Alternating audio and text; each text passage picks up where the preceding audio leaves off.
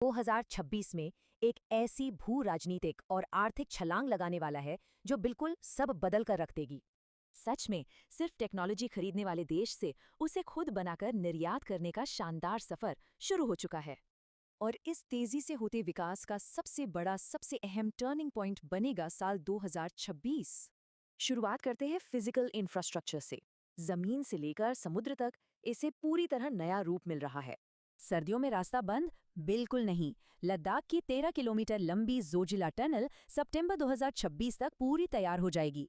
इसका सीधा मतलब है एलएसी पर सेना की साल भर आवाजाही। ये हमारी रक्षा तैयारियों को कई गुना बढ़ा देगी। वहीं दक्षिण में 508 किलोमीटर का Mumbai Ahmedabad high speed rail track और समुद्र के अंदर टनल तेजी से बन रही है।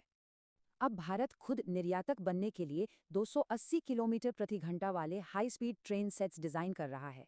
लेकिन सबसे दिलचस्प बात है आत्मनिर्भर बनने की आक्रामक शुरुआत, खास करके टेक्नोलॉजी और ऊर्जा सुरक्षा के मामले में।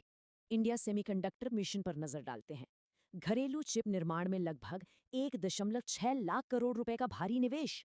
असली लक्ष्य है टेक्नोलॉजिकल सॉवरेनिटी, यानी चिप्स के लिए ताइवान और चाइना पर निर्भरता को पूरी तरह खत्म करना। साथ ही प्रमुख बंदरगाहों पर ग्रीन हाइड्रोजन हब्स हर साल 5 मिलियन मेट्रिक टन उत्पादन का लक्ष्य रखते हैं।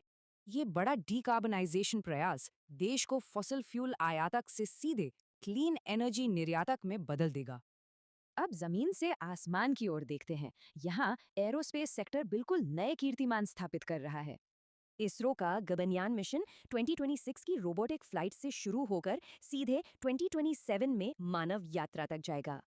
यहाँ सफल होते ही लो अर्थ ऑर्बिट में इंसान भेजने वाला भारत दुनिया का चौथा देश बन जाएगा।